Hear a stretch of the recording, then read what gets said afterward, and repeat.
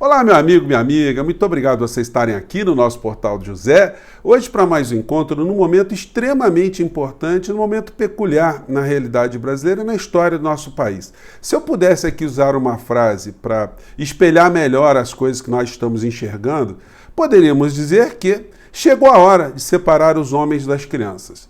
Isso porque nós vivemos aqui no nosso país 4 anos, de um suposto governo. Eu sempre alertei aqui as pessoas no nosso portal, e muitas começaram a enxergar a coisa por essa ótica também, de que nós nunca tivemos um presidente. Nós tivemos ali um fantoche, um espantalho, um boneco do posto, um boneco de Olinda, que se apresentava para a sociedade fazendo todo tipo de balbúrdia, como um bêbado na frente de um bar, chamando a atenção, enquanto dentro do bar o assalto acontecia. Foi isso que aconteceu no nosso país. Nós fomos, durante 4 anos, aviltados, roubados, surrupiados por estruturas que se nutriram por trás da figura do ex-presidente da República. Essa outra estrutura foi capitaneada ali pelo Paulo Guedes, pelo presidente do Banco Central, pelos membros do rentismo aqui dentro do nosso país, de fora do nosso país, agindo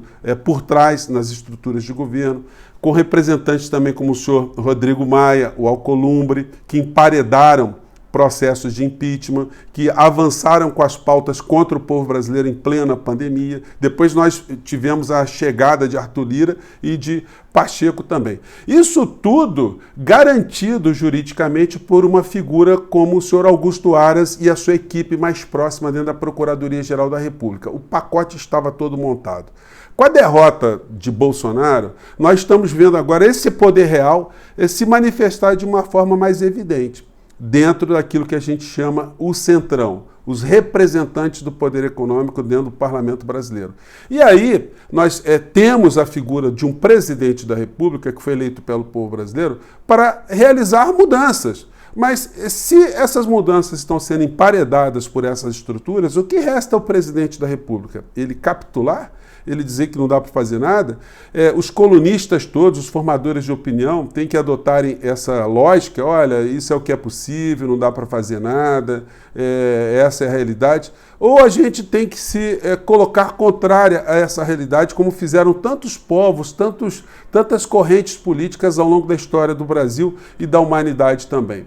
Não fossem as pessoas inconformadas com a realidade jamais se modificaria, Então eu quero conversar com vocês sobre algumas situações objetivas que estão acontecendo hoje, algumas preocupações muito grandes, que estão acontecendo dentre as pessoas que estão no mundo, no campo progressista, dentro do parlamento brasileiro, e pessoas que estão enxergando aqui que com alguns vácuos, uma transferência de poder para a figura de lobos nas peles de outros lobos, não dá nem para dizer que é lobo em pele de cordeiro, de cascavéis, nós ficaremos em situações muito complicadas e poderemos, inclusive, estar ajudando a pavimentar o caminho para o retorno de tanta coisa ruim que a gente conseguiu arremessar para o lixo da história. Vou conversar com vocês sobre esses últimos acontecimentos. Mas antes de mais nada, quero convidar você que está chegando agora no nosso portal a se inscrever. Você que é muito bem-vindo, conheça os nossos outros vídeos, venha participar das nossas atividades. Todos os dias, antes de entrar no ar, eu abro um chat para bater um papo com vocês. Normalmente estou aqui entre 5 horas, 5h30 ao vivo aqui, interagindo com vocês. E se puder também, se inscreva no nosso clube de membros, que é uma forma aqui que o YouTube ele cria para que as pessoas que se identificam com os canais sejam apoiadoras, as pessoas se integrem mais ainda nas atividades desses canais e dos portais. Não se esqueça também de se inscrever aqui no nosso portal e de mandar o seu comentário e de seu joinha, porque também ajudam a gente também, tá bom? Então, vamos seguir em frente. Gente, eu tenho visto aqui muitos parlamentares emitirem opiniões sobre o que está acontecendo na realidade política e econômica aqui do nosso país.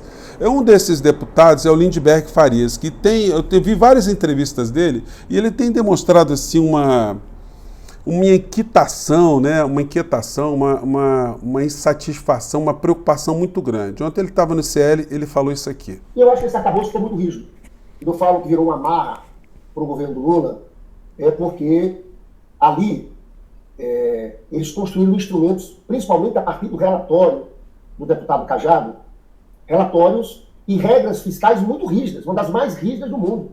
Então, veja bem, no próximo ano a gente tem que ter... Então, Lindenberg, Zero. Ele fala o seguinte, olha, o governo Lula ficou completamente emparedado, está impedido de crescer. E como é que a gente faz com os nossos dramas sociais, os déficits sociais que nós temos no Brasil? Isso vai sendo tocado para frente? Nós vamos simplesmente nos conformar com a ótica que é necessário primeiro crescer o bolo para depois dividir o bolo? Esse discurso, gente, é de 50 anos atrás do ex-ministro Delfim Neto da ditadura. E o povo não está comendo esse bolo. O bolo já cresceu, já murchou e o povo não viu esse bolo até hoje. Então, essa lógica é uma lógica que a gente deva aceitar tranquilamente. E, às vezes eu me projeto muito, né, em situações que aconteceram na história do nosso país e vejo como elas se adaptariam hoje perfeitamente, né? Se antigamente, se nós estivéssemos hoje numa situação bem clara, né, como uma situação de pós-escravidão, ou numa escravocratura moderna, a gente teria uma situação muito parecida como essa que eu vou colocar para vocês aqui. Imagine no Brasil, colônia, num Brasil ali escravocrata, com muitas fazendas de engenho, e os senhores de engenho, as fazendas, devendo dinheiro para algum grupo econômico, né? E tendo que chegar para os escravos e pedir deles alguns sacrifícios, né? Dizendo, olha, gente, nós estamos devendo dinheiro no banco e nossa prioridade é pagar o banco, tá? Então, para isso, nós vamos ter que pedir para vocês mais alguns sacrifícios. Vocês vão dormir menos, vão ter que trabalhar um pouquinho mais, vocês vão comer um pouco menos também, a gente vai melhorar aqui a nossa refeição, mas vocês vão comer menos, né? Vocês vão dormir também mais amontoados, a gente vai colocar pessoas mais amontoadas aqui, porque lá no futuro, os filhos de vocês vão trabalhar menos, vocês vão ter um futuro melhor. Daqui uns 50, 60 anos, né? É mais ou menos isso que está se pedindo do povo brasileiro, das pessoas que já passaram por tantas situações aqui no nosso país de indignidade, de falta de direitos que estão consagrados ali na Constituição Federal, né? E, infelizmente, a gente vê, fazendo contraponto a figuras como Lindbergh, alguns colunistas, né, como Reinaldo Azevedo, outros tantos, a grande mídia toda está dizendo que o arcabouço está legal, o Reinaldo Azevedo disse que foi uma vitória do governo, que é o que é possível, enfim, é o discurso atenuador para o escravo, do tipo, olha, meu amigo, não tem muito o que fazer, tá? Continua aí nessa situação aí, só se submeta, não se revolte, tá?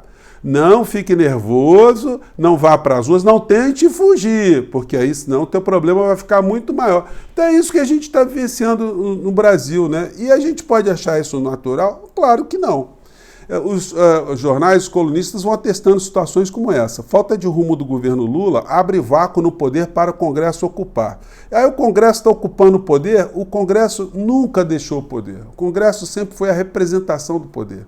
É que na época do Bolsonaro, a gente ficava distraído com as loucuras, com os crimes que ele cometia, as insanidades. Então a gente não conseguia combater, como hoje é possível combater, esse tipo de comportamento político capitaneado por figuras como o senhor Arthur Lira. E aí eu resgatei para vocês a seguinte matéria que eu vou colocar na descrição do vídeo. Fiel escudeiro de Cunha, Lira votou contra a cassação do colega em 2016. Essa foto aqui é o Cunha com o Lira. O Lira foi o braço direito. O Lira foi braço direito do Cunha, que inclusive ele ficou 11 meses sentado em cima de um processo de cassação do Cunha. Foi um dos poucos deputados que votaram a favor do Cunha. 450 deputados votaram pela cassação do Cunha. E o Arthur Lira disse, não, é inocente. Esse homem é um santo homem. Então, gente, o próprio Arthur Lira, que foi processado e foi indiciado numa operação da Polícia Federal, que é o nome de Operação Taturana, onde os deputados da Assembleia Legislativa de Alagoas colocavam funcionários fantasmas, né? Mais uma vez, a gente tem uma compulsão por fantasma, né? Eles colocavam fantasmas que pegavam empréstimos, evidentemente, como eram fantasmas, eles, quando eram cobrados, os fantasmas não apareciam, a Assembleia Legislativa honrava os compromissos com o dinheiro do povo de Alagoas. Isso o Arthur Lira depois virou deputado federal, enfim, mas não se livrou da Operação Taturana. O pai do senhor Arthur Lira também tem os envolvimentos também, né, no escândalo, né, na operação que detectou sanguessugas, fraude em ambulâncias. Então, a gente vê a ninhagem, né, na mão de quem que a gente está. E a gente vai ver que o poder, de fato, está sendo capitaneado por uma figura como essa. A Câmara aprova urgência para marco temporal de terras indígenas e governo libera a base. Outras matérias que mostram os problemas que o governo está vivenciando. Guajajara se diz frustrada com Lula sobre MP que afeta a demarcação de terras. Outra notícia aqui. Domínio de Arthur Lira na CPI do golpe expulsou Renan Braga e Braga da comissão. Então, o Arthur Lira está comandando até as pessoas que seriam indicadas pelo governo ou que estariam ali de uma forma mais frontal, defendendo o governo, da comissão da CPI, da CPMI do 8 de janeiro.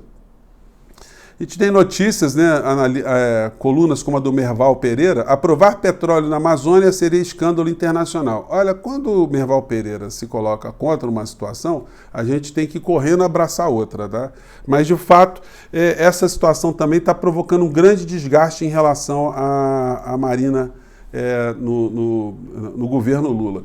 E aí a coisa absurda, né? A gente vê esse tipo de notícia aqui. Governo vai colapsar se MP da Esplanada não passar deslira. Então quer dizer que o povo brasileiro elege um presidente da República, ele estrutura sua organização, a organização ministerial começa a funcionar, as pessoas são nomeadas, e o Arthur Lira diz o seguinte, olha, se não mudar tudo do jeito que a gente quer, que o Congresso quer, que o Centrão quer, olha, o governo vai colapsar. Então está fazendo ultimato contra o presidente da República, contra a vontade soberana do povo brasileiro, e isso não tem nenhum tipo de reação, isso não tem nenhum tipo de contraposição do líder político aqui com as eleições. Então é isso que a gente tem cobrado, gente, de uma maneira muito forte aqui em canais como o nosso. Eu estou vendo outros canais também com esse tipo de preocupação, as pessoas percebendo que não dá para o presidente Lula ficar 5 meses sem ter feito lives, né? Porque sem se comunicar ele não mobiliza, não é apenas comunicar ações de governo, é mobilizar a sociedade, é esclarecer a sociedade,